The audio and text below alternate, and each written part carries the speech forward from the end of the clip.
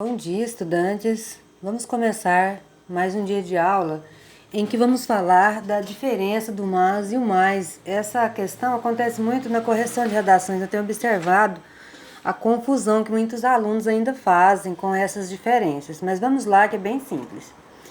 Então, essas duas palavras, mas e mais, estão todas corretas. Porém, existem na nossa língua um significado completamente diferente entre as duas palavras. Elas têm assim um som idênticos, mas assim na grafia ela tem muita diferença, principalmente nos significados. A ideia do mais significa do mas, ele é usado como um porém, um contudo, um todavia, ou seja, ele indica uma oposição, certo? E o mais traz a ideia de adição, de aumento. Portanto, um termo mais jamais deve ser substituído pelo outro, o que é que muitas vezes acontece.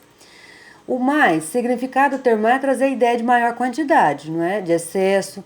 Um exemplo aqui, João é o aluno mais aplicado. João é o aluno mais aplicado de toda a turma. Veja bem que nós temos aqui a ideia do mais, não é? 2 mais 2 são 4, ideia de adição. Não farei mais nenhum esforço. Portanto, nós temos aqui essa ideia do mais. Agora vamos lá para o significado do mas. Ele é utilizado em conjunção adversativa. Seu significado carrega uma ideia de oposição, certo? Também pode ser entendido como um substantivo, carregando a ideia de um advérbio, por exemplo, dando ênfase a uma afirmação. Veja bem um exemplo aqui, bem específico dele. A equipe tentou vários tratamentos, mas, mesmo assim, o paciente faleceu. Ou seja, é a ideia da oposição. Ele tentou de tudo, porém, deveria ter alcançado sucesso, mas não alcançou. Aí há a contradição, não é? A controvérsia. Temos aqui também a ideia, a diferença do mal com L e mal com U, certo? Essa aqui é uma grande diferença que nós também, na língua portuguesa, temos encontrado grandes dificuldades nessa parte aí, certo? Mal com L e mal com U. Como usar duas palavras de mesmo som e significado muito semelhantes. Uma delas é um adjetivo, a outra pode ser uma porção de coisas, um advérbio. Entenda abaixo, por exemplo. Mal, com L, pode ser um advérbio e significa irregularmente, erradamente, de forma inconveniente. O contrário de bem. Portanto, o mal com L é o contrário de bem, certo? Exemplos. Vamos lá para os exemplos. A seleção brasileira jogou mal, por isso sofreu derrota. Então ela não jogou bem, né? Nós temos aí o contrário, mal com L, o contrário de bem, tá bom? É quando a gente fala assim, o contrário de mal com L é bem. Então, o sujeito não jogou bem, ele jogou mal. O sujeito está passando mal, não está bem hoje, né? Também pode atuar como substantivo e significa moléstia, aquilo que é prejudicial, ou seja, nocivo. Exemplo, olha, a dengue é um mal que tem assolado muitos estados brasileiros. Então, esse aí é um mal que tem assolado a maior parte dos nossos estados, né? O mal é que muitos países não conseguem dar limites aos filhos. E aí, nesse caso aqui, então, vamos para o mal com U, né? Ele é um adjetivo que significa ruim. Ele é o contrário de bom. Mal, contrário de bom, certo? É um adjetivo mal, né? De má índole, de má qualidade. Opõe-se ao bom, que é o que eu disse, é o contrário de bom, né? Trata-se de um mau elemento. Outro exemplo, é uma pessoa que vive sempre de mau humor, ou seja, não tem bom humor, né? E aí, mau humor ou mau humor com L? Na questão nós teremos aí o mau humor com U, contrário de bom, né? Porque não existe bem humor, ok? Então, o mal com U, contrário de bom. O mal com L, contrário de bem, certinho? O professor está mal-humorado ou o professor está bem-humorado, né? Vejamos que aí no primeiro exemplo nós temos aquele aluno está mal, de mau humor.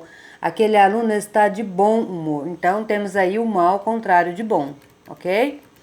Passando, vamos lá. Outra expressão que a gente tem muita dificuldade ao entender e na maioria das vezes passa batido, que é ao encontro de, né? Os dois são adjuntos adnominais, certo? Mas a simples diferença do uso da preposição muda tudo. Veja bem, ao encontro de significa ser favorável, certo? É de maneira amigável. Por exemplo, como a sua opinião vem de encontro, como a sua opinião vem ao encontro da minha, poderemos lutar pelas mesmas reivindicações salariais. Ao descer do avião, correu ao encontro do pai e o abraçou carinhosamente. Veja bem que nós temos o encontro de algo, algo favorável, uma questão à outra. Encontro de encontro a, certo? Agora a expressão é de encontro a, indica oposição, ou seja, um choque, né? Uma colisão. Deve ser usado quando duas coisas ou ideias entram em confronto, em conflito, de maneira metafórica ou pode ser também literal. Veja bem, como posso ajudá-lo se suas ideias sempre vieram de encontro às minhas? Pertencemos a mundos diferentes, então nós temos aí uma colisão. Veja bem a outro exemplo, olha. O caminhão desgovernado foi de encontro ao muro, derrubando-o em seguida. Todavia não machucou ninguém. Vejamos que nós temos aí uma colisão, um choque, né? Que destinou-se a outro, certinho? Como e quando usar os porquês? Bom, eu sei que isso aqui não está sendo muita dúvida para vocês, porque nós estudamos muito isso aí na sala de aula, então eu vejo que tem ainda poucos alunos que ainda têm, tem dificuldade no uso desses porquês. Veja bem o porquê separado e sem acento. Ele deve ser usado para início de perguntas, por exemplo, por que você respondeu daquela maneira? Por qual motivo, né? Você respondeu daquela maneira. Então, nós temos aí um porquê no início de frase separado, que será uma frase com perguntas, né? Temos também agora o porquê junto, certo? Usamos para começar uma resposta, uma justificativa. Então, o porquê junto ele é usado para uma resposta, certinho? Usamos para começar uma resposta ou justificar alguma coisa. Trata-se de um elemento de ligação, um conectivo, né? Vamos ver um exemplo aqui. A situação da cidade agravou-se muito porque choveu intensamente no mês de fevereiro. Temos aí então a justificativa. Agora nós temos aqui um porquê separado e com acento. É usado em final de frase. Veja bem o exemplo, olha. Ainda não terminou a prova, por quê? Você ainda pergunta por quê? Nós temos aí um porquê separado e com acento, certinho? Nós temos agora o porquê junto com acento. Esse porquê, ele representa um substantivo. Como assim? Equivale a uma causa, um motivo. Não veio por que motivo? Qual foi? Por que o motivo que você não veio à aula, por exemplo, né?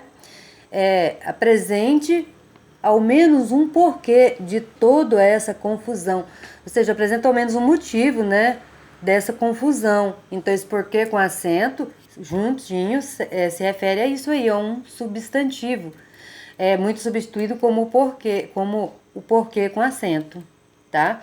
Temos aqui agora qual a diferença do esse e do este e quando empregar esses dois termos, gente, como a gente emprega esses dois termos? Vejamos bem aqui, esse ou essa, né? Esse ou essa. Vamos ver aqui como sanar essa confusão que muitos de nós temos. Olha, esse OS ele é usado para retomar um termo, uma ideia, uma oração que já havia sido mencionado. Pode também indicar algo localizado próximo ao ouvinte, ou seja, quem está recebendo a mensagem, né? Um exemplo bom para esse ou essa, olha, a Terra gira em torno do Sol. Esse movimento é conhecido como translação. Veja bem que quando nós usamos esse está retomando a primeira oração, que é o que ele diz aqui, ó, retomar um termo, né? A Terra gira em torno do Sol. Esse movimento é conhecido como translação. Então, esse se refere à primeira oração que já tinha sido mencionada, né?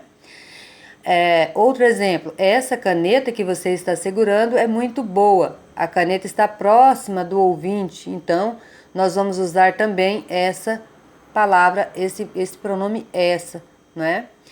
Temos aqui também o este ou esta, introduz uma ideia nova, ainda não mencionada, não é como o caso daqui que já tinha sido mencionado uma oração antes, né? Essa ideia é nova. Então, veja bem, paguei barato por estes sapatos que estou usando. Os sapatos estão próximos do falante, ou seja, então nós vamos usar aqui o este para próximo do falante e o esse para próximo do ouvinte, né? Voltando aqui, introduz a ideia nova, por exemplo, olha, este argumento de que os homens não choram é ultrapassado. Este, veja bem que não tem nada mencionado antes dele, por isso usamos o este ou esta, né? Vamos ver assim mais dicas de língua portuguesa nos próximos estudos, porque nós temos aqui que aprendermos a diferenciar certas palavras na hora da escrita de uma redação, na hora de responder um questionário, um Enem que todos têm que estarem preparados certinho. Essas diferenças faz muita diferença, como se diz o outro, né? Então, veja essas outras dicas sobre a língua portuguesa nas partes de SOS Português, consultoria. Sandra Quaresma é doutora em Linguística e professora da Universidade Federal de Santa Catarina. Procure lá nesse portal que vocês vão encontrar muitas dicas maravilhosas sobre esses exemplos, certinho? E eu aguardo vocês com muito mais na próxima aula. E qualquer dúvida, entre em contato comigo ou com a professora Rita, ok? No Zap, no particular, tá bom?